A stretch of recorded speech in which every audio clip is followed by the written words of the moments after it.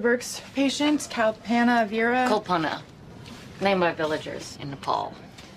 She presents with multiple syncopal episodes and ventricular arrhythmia. So you've been passing out? Yeah, and having palpitations. Past medical history of rheumatic heart disease with mitral valve stenosis. They had to ship me from Zambia to the States for 3 months of treatment when I was 8. Rheumatic fever almost killed me. Dr. Stevens, what are the primary causes of ventricular arrhythmias? Valvular disease, mitral valve prolapse, stimulants, drugs, and metabolic abnormalities. Scrub nurse to OR6. What? Out.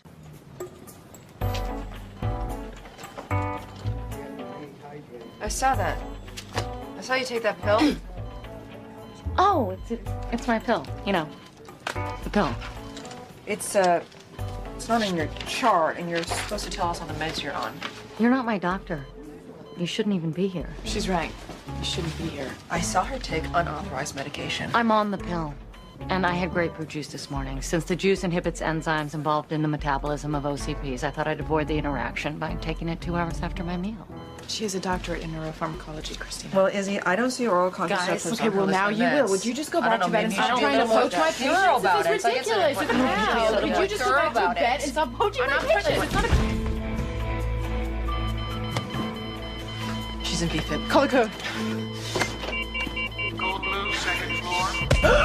Second floor.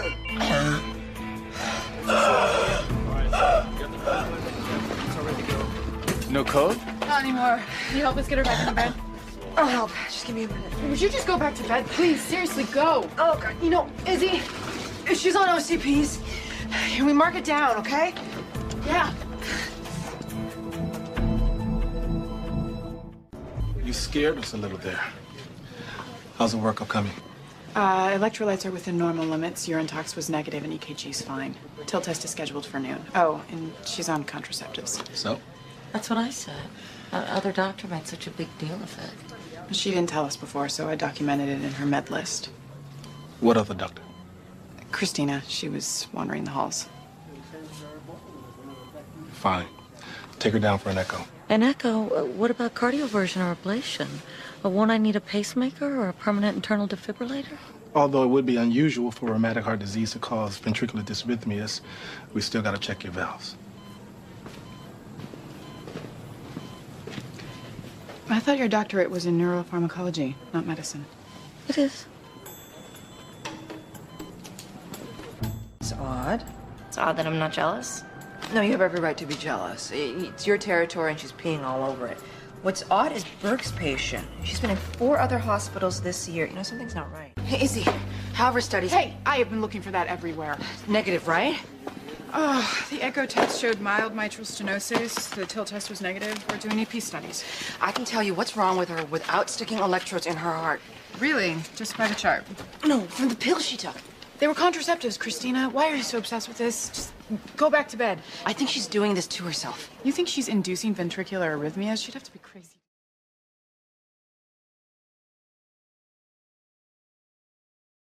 Her world was turned upside down 14 months ago after a collision while playing netball.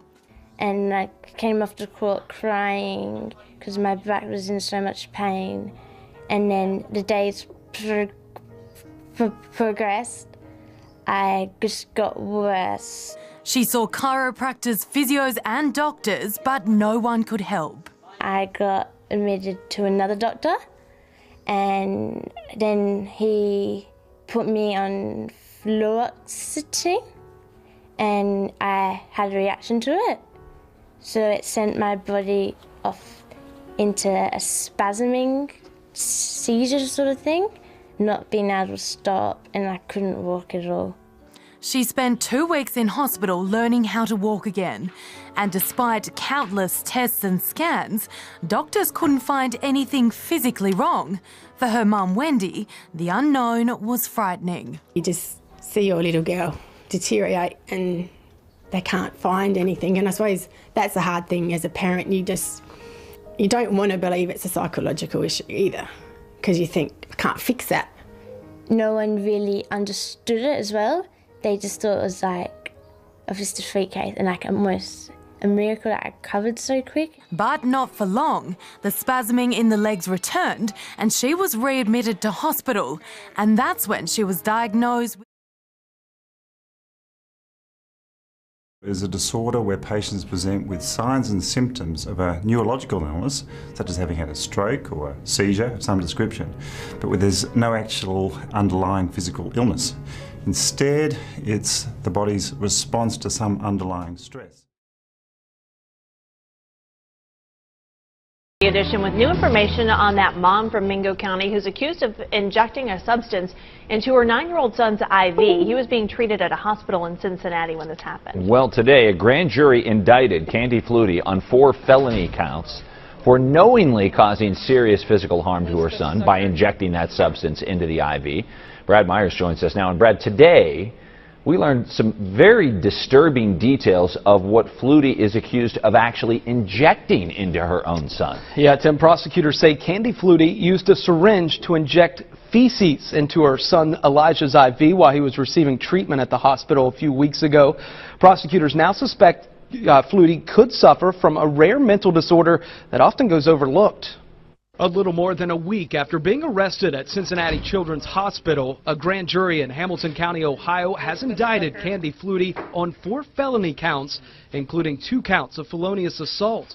Prosecutors say during a hospital visit earlier this month, Flutie used a syringe to inject fecal matter into her son Elijah's IV. She put it into his IV, and when she does this, his fever spikes, as you would expect. Again, we're just thankful that the hospital caught this before the child was killed. We don't believe her intent was to kill the child. We believe her intent was to make him sick, and she succeeded in that. Hamilton County prosecutor Joseph Dieter says Flutie was under video surveillance for the past year after hospital officials suspected she was tampering with her son's care. Things were not making sense to them. Some of the when he's been there before, some of the IV lines had been broken and things like that. Family members say Elijah has spent most of his life in and out of hospitals battling Hirschsprung disease, which affects the colon. Prosecutors now suspect Elijah's illness may have been exaggerated or intensified by Candy Flutie.